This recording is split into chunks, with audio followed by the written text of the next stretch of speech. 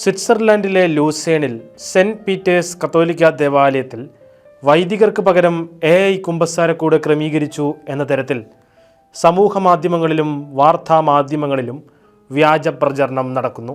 മലയാളത്തിലെ പ്രമുഖ മാധ്യമങ്ങൾ ഉൾപ്പെടെ റിപ്പോർട്ട് ചെയ്ത ഈ വാർത്ത യഥാർത്ഥത്തിൽ സത്യം വളച്ചൊടിക്കുന്നതാണ്.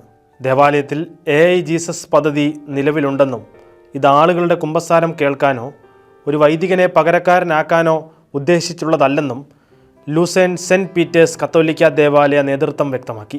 AIയെക്കുറിച്ച് ഇടവക വിശ്വാസികൾക്ക് അറിവ് പകരാനും വിശുദ്ധ ബൈബിൾ സംബന്ധമായും വിശ്വാസപരമായും ഉണ്ടാകുന്ന സംശയങ്ങൾ പരിഹരിക്കാനുമാണ് ഇത് സ്ഥാപിച്ചതെന്നും ദേവാലയ നേതൃത്വം വെളിപ്പെടുത്തി. വിശ്വാസിക്ക് മുന്നിലിരിക്കുന്ന പാനൽ ബോർഡിലെ ബട്ടണിൽ വിരലമർത്തിയാൽ യേശുവിൻ്റെ ചിത്രം തെളിയുകയും പിന്നീട് ലൈവ് ഇൻ്ററാക്ഷൻ രീതിയിൽ മറുപടി പറയുകയുമാണ് ഇതിൻ്റെ ഉപകാരം. Lucerne university of applied sciences and ആർട്സിലെ ഇമ്മേഴ്സീവ് റിയാലിറ്റീസ് റിസർച്ച് ലാബിൻ്റെ സഹകരണത്തോടെയാണ് ഇടവക ഇത് സ്ഥാപിച്ചത്. എന്നാൽ ഇതിന് പിന്നാലെ സമൂഹ മാധ്യമങ്ങളിൽ തെറ്റായ പ്രചരണം നടക്കുകയായിരുന്നു. കുമ്പസാരത്തിന് ഇനി വൈദികൻ്റെ ആവശ്യമില്ല, കുമ്പസാരക്കൂട്ടിൽ കർത്താവിൻ്റെ ആർട്ടിഫിഷ്യൽ ഇൻ്റലിജൻസ് രൂപം പാപങ്ങൾ കേട്ട് പരിഹാരം പറയും എന്നായിരുന്നു സോഷ്യൽ മീഡിയയിൽ പ്രചരിച്ചത്. ഇത് ചില വാർത്താ മാധ്യമങ്ങളും ഏറ്റെടുത്തതോടെ വലിയ ചർച്ചകൾക്ക് വഴിവെച്ചു.